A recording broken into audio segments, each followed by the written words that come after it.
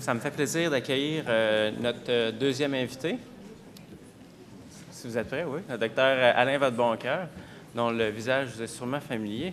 Le docteur Vadeboncoeur est aujourd'hui spécialiste en médecine d'urgence à l'Institut de cardiologie de Montréal, où il est le chef de l'urgence. Auparavant, il a pratiqué dans d'autres centres hospitaliers comme l'hôpital Pierre-Boucher, l'hôpital du Sacré-Cœur. Le docteur Vadeboncoeur est un conférencier régulier dans le domaine de la médecine d'urgence. Il est auteur de plusieurs articles et résumés. Le docteur Vadeboncoeur est extrêmement actif au sein de plusieurs groupes d'études et autres groupes, dont le groupe interuniversitaire de recherche sur les urgences qui est financé par le FRSQ. Il est également professeur agrégé de clinique au département de médecine familiale et de médecine d'urgence de la faculté de médecine de l'Université de Montréal. Il va nous parler de l'insuffisance cardiaque décompensée, donc vraiment l'autre côté complet du spectre de la présentation du docteur Lepage, pathophysiologie et approche thérapeutique. Alors, en espérant que nos pointeurs soient plus fiables pour la deuxième présentation, docteur Vadeboncoeur. Ça va marcher. Bonjour, merci pour l'invitation. J'arrive juste à temps. Donc, on va parler d'insuffisance cardiaque aiguë. Je m'excuse, mais j'aime ça bouger quand je présente, donc je vais venir vous rencontrer. Je vois qu'il y a beaucoup de monde, c'est un super congrès. On avait fait quelque chose d'ailleurs avec la Société québécoise il y a 3-4 ans, une journée conjointe. Donc, ça fait plaisir de revenir ici. J'avais prévu parler beaucoup de physiopathologie, tout ça, mais finalement, j'ai décidé de faire une analyse socio-historique de la question. Vous allez voir à quoi ça va ressembler.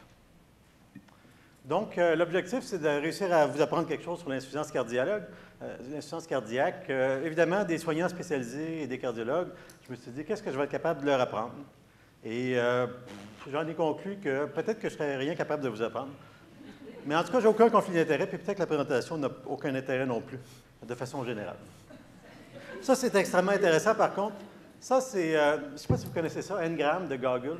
Ça, c'est des millions et des millions de livres qui ont été numérisés. Et on peut regarder le nombre de fois que les mots-clés arrivent dans ces livres-là. Donc, si, excusez, je recule un petit peu. Donc, si on part de 1840, ici, j'ai par exemple la cardiologie qui est en bleu, qui évolue quand même assez haut. J'ai été surpris que les cardiologues n'étaient pas en tout premier. En fait, c'est les neurologues, la neurologie qui a le haut du pavé depuis au moins un siècle. Mais la cardiologie monte régulièrement. La médecine d'urgence vient juste d'apparaître en jaune ici. Donc, c'est une jeune discipline dans le domaine. Et on va revenir sur ces analyses-là qui sont extrêmement intéressantes, qu'on peut faire sur Google gratuitement. C'est très bien. Donc, qu'est-ce que je peux vraiment vous apprendre sur ce sujet-là? Honnêtement, rien. Alors, on va passer aux questions. Avez-vous des questions ou... Non, mais c'est très sérieux. C'est pas... Dans le salon, on peut remplir la présentation de choses qui ont moins d'intérêt. Est-ce qu'il est ici? Je ne sais pas s'il est là. Normand, est-tu ici? Non, il n'est pas ici. Ah, ben c'est dommage. C'est Normand Racine. Donc, ça, c'est ma photo de graduation. Donc, quand on n'a rien à dire, ben, on peut remplir comme ça. Non, en fait, je vais vous parler de 30 ans d'évolution du traitement de l'insuffisance cardiaque à l'urgence. Moi, j'ai commencé ma médecine en 82, donc ça fait 30 ans. Donc, 30 ans d'évolution absolument fascinant. Et ben, c'est tout, parce qu'en 30 ans, il ne s'est pas passé grand-chose en 30 ans. C'est vrai, on va le voir d'ailleurs. Donc, dans le salon, on peut montrer les photos de voyage. J'ai fait le tour de la Gaspésie cet été. Ça, c'est Grande-Vallée. Est-ce qu'il y en a qui connaissent ce bout-là? C'est très joli. Donc, non, on va faire la formation continue quand même. Donc, vous avez une histoire clinique ici, c'est la seule que vous allez avoir. Donc, on va la réutiliser. Donc, un patient de 63 ans qui a déjà fait un infarctus, bon, que vous connaissez, fraction d'éjection 40 expérience pour dyspnée, évoluant depuis à peu près 12 heures, orthopnée, il n'y a pas de douleur en ce moment, diaphorétique, essoufflé, tension élevée, saturation basse à l'arrivée, pouls à 110, en temps sinusal, jugulaire augmenté, poumon décrépitant, bon, c'est pas infiniment d'ailleurs, ça c'est une faute de frappe. B3, un petit souffle mitral, etc. Vous connaissez ce patient-là. Hein? Alors, qu'est-ce que vous faites avec ce patient-là? S'il y en a qui ont des idées. C'est la partie interactive de présentation, donc c'est pour répondre de ce temps-là. Ah, la 6. Oxygène. C'est bon. Morphine. Qui donne la morphine ici? Nitro. À ce patient-là? High nitrate. Donc, c'est quoi l'insuffisance cardiaque aiguë? Mais en fait, c'est intéressant. Puis, il y a beaucoup de patients. Moi, j'ai l'impression qu'il y a plusieurs. En fait, il y a beaucoup de différentes pathologies, je pense, là-dedans. Le patient qui arrive, par exemple, avec un flash OAP avec une pression à 220 sur 120, qui est en détresse respiratoire, c'est un patient. Celui qui a plutôt une insuffisance tricuspidine 4 sur 4 puis qui a pris 5 kilos dans les 2 dernières semaines, c'est un autre patient. Celui qui arrive avec une pression plutôt basse, en dessous de 90, en défaillance, c'est certainement un autre patient. Celui qui arrive en choc. Donc, il y a peut-être plusieurs problèmes là-dedans dans l'insuffisance cardiaque. Et c'est peut-être un des problèmes qu'on a, c'est que des fois, on les regroupe un petit peu ensemble pour les traiter de la même façon, mais c'est des patients qui sont extrêmement différents. Ils ont l'air différents et peut-être qu'il y a quelque chose de différent qui se passe. Maintenant, pourquoi ils décompensent? Bon, si on va exclure tout de suite les arythmies, les infarctus, les problèmes valvulaires aigus, là, si on se concentre plus sur les patients qui ont une condition connue. Pourquoi ils décompensent? Bien, ce qui est intéressant, c'est qu'il y a beaucoup de causes. Donc, si vous voulez les noter, on peut prendre une minute pour ça. Beaucoup de causes possibles, mais on peut se concentrer peut-être sur les patients qui sont déjà connus, qui ne sont pas en infarctus, et donc, bien, décompensation d'une cardiopathie déjà connue, chronique, crise hypertensive, on va y revenir, des facteurs non cardiovasculaires que vous connaissez tous, donc manque de compliance, le sac de chips la veille, donc volume overload, patients qui font de la fièvre, qui sont infectés, c'est sûrement une cause importante, problème rénal. Donc, ça, c'est peut-être les causes qu'on voit le plus souvent chez les patients qui sont connus et qui nous reviennent. Et ce qui est intéressant, c'est qu'il y a aussi beaucoup de mécanismes qui sont en spirale dans l'insuffisance cardiaque. On ne pourra même pas toutes les réviser parce qu'il y en a beaucoup. Donc, en fait, c'est une spirale, surtout le patient en grande insuffisance cardiaque. On le voit arriver à l'urgence et on sait que si on ne fait pas grand-chose, il va s'enfoncer dans son hypoxie, dans sa dysfonction, et il pourrait en mourir. D'ailleurs, en tout cas, personnellement, j'ai l'impression qu'il y a 20 ans, on intubait assez régulièrement les insuffisants cardiaques. On va voir un petit peu pourquoi. Ça arrive beaucoup moins souvent maintenant, mais c'est vraiment une spirale. Et on sent que quelque part là-dedans, on va intervenir dans une de ces spirales-là pour renverser le processus. Et évidemment, ça dépend un peu de quel genre de patient on a devant nous. Mais il y a beaucoup de mécanismes complexes de régulation qui sont en cause, et c'est peut-être pour ça que c'est difficile. Ça, c'est plus difficile. Ça, c'est devant les éboulements. Joli. Donc, on va juste passer une petite phase diagnostique. Et je vais essayer de faire un peu la différence entre, si on veut, la vue de la médecine d'urgence là-dedans et la vue de la cardiologie, qui n'a pas toujours été semblable sur tous les sujets. Parler du BNP, c'est un bon point.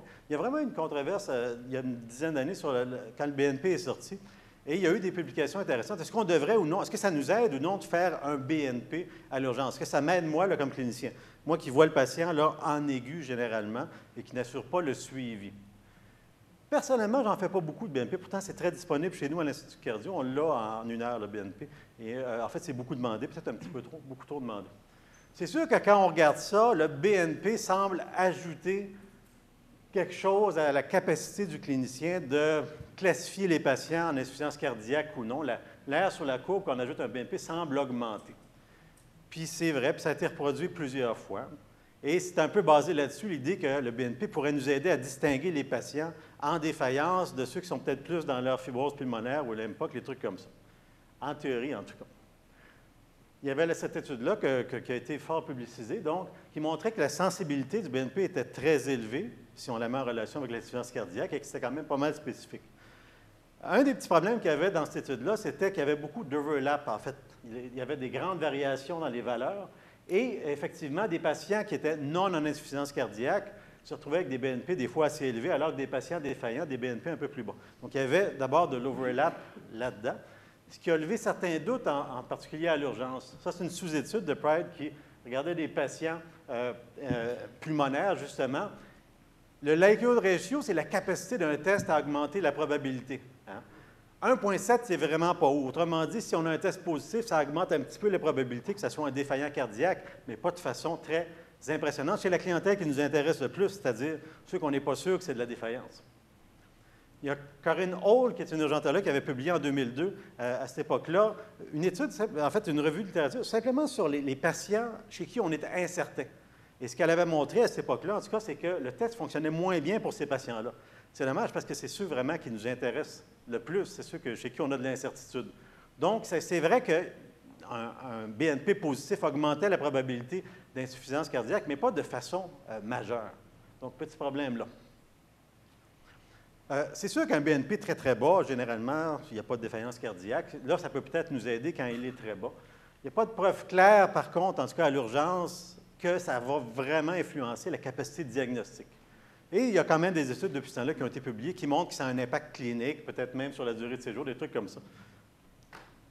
Donc, le BNP, peut-être. Personnellement, je ne suis pas un gros fan de ça. J'ai toujours l'impression, quand j'en fais un, que ça me dit un peu le contraire de ce que je pense, puis ce qui est très frustrant pour quelqu'un comme moi. Donc, j'en fais le moins possible. Souvent, il est élevé, mais est-ce que c'est vraiment des défaillances? Les grandes défaillances, ça se promène souvent à 1000, 1500. Est-ce qu'ils sont plus en défaillance? Quand on a un baseline, c'est intéressant. On en revient à notre patient. Qui c'est qui veut faire du monitoring invasif? Donc, allez, il bête, je ne sais pas moi, une tension veineuse centrale, des trucs comme ça. Un Swan. Hein, on mettait beaucoup de Swan à l'époque. Pensez-vous qu'il y a un gain là-dedans? En fait, il n'y a vraiment aucune démonstration que le monitoring invasif va changer l'outcome de la grande, grande majorité de ces patients-là. Et donc, il n'y a pas beaucoup de gains à faire ça. Évidemment, on ne parle pas d'un patient, mettons, qui est en choc septique en même temps qu'il est en défaillance, puis qui a une pression à 80 et qu'on va amener aux soins intensifs. Peut-être que ceux-là, mais encore là, la démonstration n'est peut-être même pas faite. Mais de façon générale, le monitoring invasif ne change pas grand-chose. Ça, c'est un coucher de soleil. C'est où, ça, déjà? Aux éboulements aussi. Non, non, c'est l'île aux coudres, l'île aux coudres. C'est mieux quand il fait noir. Donc, on va parler des traitements, c'est quand même la partie la plus intéressante. On a beaucoup de choix, il y a beaucoup de mécanismes, on peut agir à plein de places, c'est formidable. Donc, on peut agir sur les reins avec les diurétiques, on peut agir sur le cœur, évidemment, les inotropes, on peut ventiler le patient avec des manières intéressantes. D'ailleurs, ça c'est peut-être changer beaucoup de choses. On peut dilater les artères, les veines, on peut faire donc, il y a beaucoup de choses qu'on peut faire, ce qui est quand même assez intéressant. Bon. L'oxygène, qui a dit oxygène tantôt? Bien, là, il faut dire combien d'oxygène. Ça dépend comment il sature. Bien, ça, j'aime ça.